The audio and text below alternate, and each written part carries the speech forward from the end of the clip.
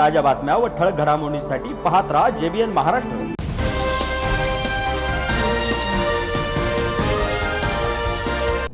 नीट paper leak झाल्याचा निषेध करत दिल्ली येथील जंतर मंतर मैदानावर केंद्रीय शिक्षण मंत्री धर्मेंद्र प्रधान यांनी राजीनामा द्यावा या मागणीसाठी सोनम वांजुक यांच्या समर्थनार्थ जळगावात विविध महाविद्यालयीन विद्यार्थ्यांनी एकत्र येऊन निषेध आंदोलन केले। केंद्रीय शिक्षण मंत्री धर्मेंद्र प्रधान यांनी राजीनामा द्यावा अशी मागणी करत यावेळी केंद्र सरकारच्या विरोधात विद्यार्थ्यांनी जोरदार घोषणाबाजी केल्याचे दिसून आले। धर्मेंद्र प्रधान यांचा राजीनामा अरे कोण म्हणतात देणार नाही? अरे आवाज दो, आवाज दो, विद्यार्थी एकतेचा, विद्यार्थी महाराज की, डॉक्टर बाबासाहेब आंबेडकरांचा, विद्यार्थी एकतेचा, धर्मेंद्र प्रधान यांचा राजीनामा।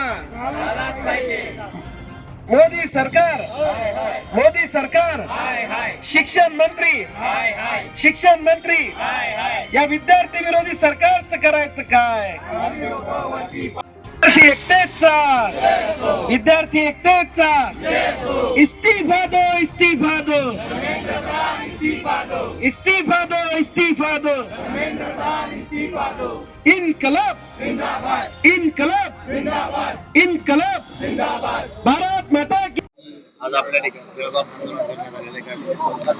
जळगावमध्ये विविध क्षेत्रातील भागातील विद्यार्थी एकवटून या मंचावर आंदोलनासाठी एकत्रित आलेले आहेत। या वेगवेगळ्या कॉलेजमधले विद्यार्थी इथं आले, दिल्लीला जाऊ शकले नाही, पण या सर्वांना मनामध्ये दुःख आहे की 20 तारखेला ज्या अमानुष पद्धतीने आपल्या भावा बहिणींवर दिल्लीमध्ये लाठीचार्ज झाला, त्यांचे डोके फोडले गेले, तिथं महिलांवर हात उचलले गेले, या सर्वाचा तीव्र निषेध म्हणून हे सर्व इथं एकवटलेले आहेत।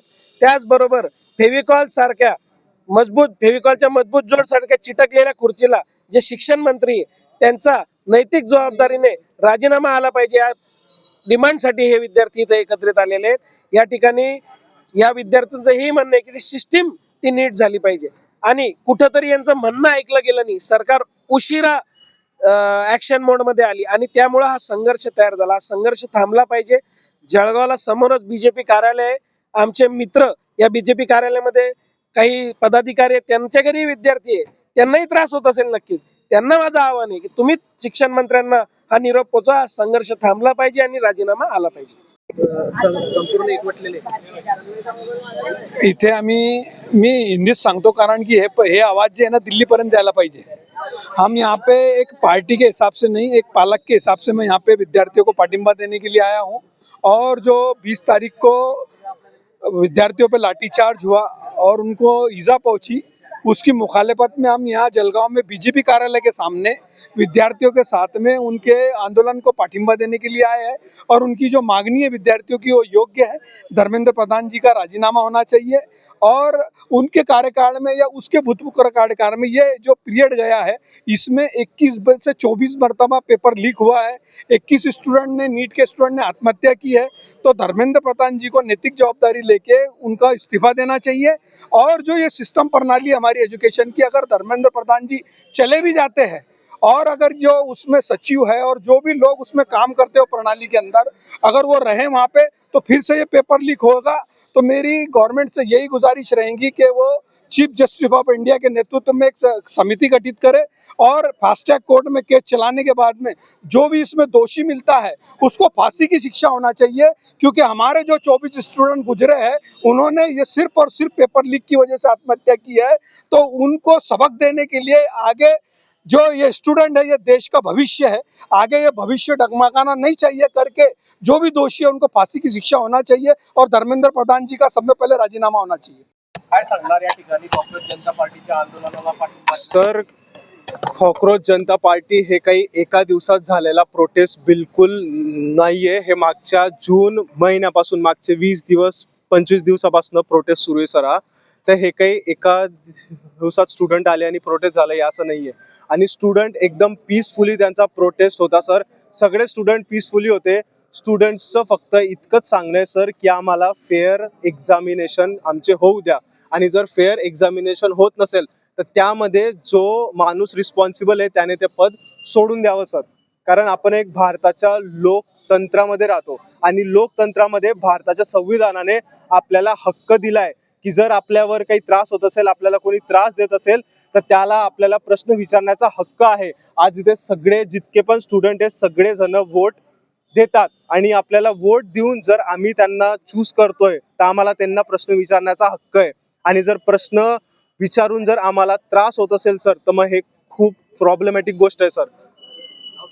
यश भालशंकर. थँक्यू. विद्यार्थी म्हणून आपली काय भूमिका असेल? मी स्वतः एक मेडिकल स्टुडंट आहे आणि मी पण डॉक्टर आहे. मी पण 3 वर्ष अगोदर नीट दिली होती. तर मग मला माहिती आहे, जेव्हा आपण एखाद्या कॉम्पिटिटिव्ह एक्झामसाठी जेव्हा स्टुडंट्स प्रिपेअर करतात, तर त्याच्यात खूप मेंटली इन्व्हेस्टेड असतात, फिजिकली इन्व्हेस्टेड असतात. त्यांचे आजूबाजूचे लोक, त्यांची फॅमिली सर्व त्यांच्या याच्यात इन्व्हेस्टेड असतात. आणि वो होने के बाद जब बच्चे सुसाइड करते हैं तो उनकी जान जाती है, उनके जो पेरेंट्स है, उनकी जो फैमिली है, उनको तकलीफ होती है. और जो एक एजुकेशन है वो तो हर एक बच्चे का राइट है. एजुकेशन के लिए सब लोग लड़ रहे हैं. हर कोई जो बड़ा होके IITN बनता है, जो अभी रिसर्च करते हैं, सब एजुकेशन थ्रू ही इंसान जो है उसको एक पावर आती है. Education gives power. एंड हम लोग को ऐसा लगता है कि जो गवर्नमेंट है उन्होंने अकाउंटेबिलिटी लेनी चाहिए. इस मामले में उन्होंने सामने आके बात करनी चाहिए. इतना जो इन्होंने दिल्ली में 20 जुलाई को जिस दिन संसद मार्च था, उन्होंने जो इतना ब्रूटली, इतना इनह्यूमन तरीके से लाठीचार्ज किया, टीयर गैस फेंका उन लोगों ने बच्चों पे, बहुत इनह्यूमन था. लेजिट किसी के भी आंख में आंसू आ जाएगा अगर वो लोग वो क्लिप्स देखेंगे. हम लोगों के खुद के आंख में जब हम लोगों ने वो देखा कि इन सब चीजों की तो कोई जरूरत नहीं. वो बच्चे जो थे उनके हाथ में ना लाठी थी ना कुछ था. आप अगर लाठी कर रहे हो तो उस पे मारो ना जिसके हाथ में हथियार है. बच्चों के हाथ में एक गुलाब था, कॉन्स्टिट्यूशन ऑफ इंडिया था, फिर भी आप उन पे लाठी चार्ज कर रहे हो. कोई जरूरत ना होते हुए आपको बस क्या करना था, आके बात करनी थी, अकाउंटेबिलिटी लेनी थी, एक्सेप्ट करना था कि पेपर लीक्स हुए, बहुत सारे पेपर लीक्स हुए, उसके वजह से 21 बच्चों ने जो सुसाइड किया है, उसके लिए बस आपको एक्शन लेना कि अगले बार से ऐसा ना हो. बट जो इतना बढ़ गया, अभी हमें धर्मेंद्र प्रधान जो है उनका इस्तीफा चाहिए. और हमें ऐसा चाहिए कि जो अगले एजुकेशन मिनिस्टर बनेंगे वो इतने क्वालिफाइड हो, इतने एजुकेटेड हो कि उनको एजुकेशन जो है उसका महत्व पता हो, और आगे चल के कोई पेपर लीक ना हो, कोई बच्चा एटलीस्ट एजुकेशन के लिए सुसाइड ना करे इंडिया में. ये हम लोगों को चाहिए. अगर हम वोट दे रहे हैं तो हमें अकाउंटेबिलिटी चाहिए. हमारे हर क्वेश्चन का जवाब हम लोग को मिलना चाहिए. आज भी मिलना चाहिए, कल भी मिलना चाहिए, हमेशा मिलना चाहिए. आयुषी सोनावने.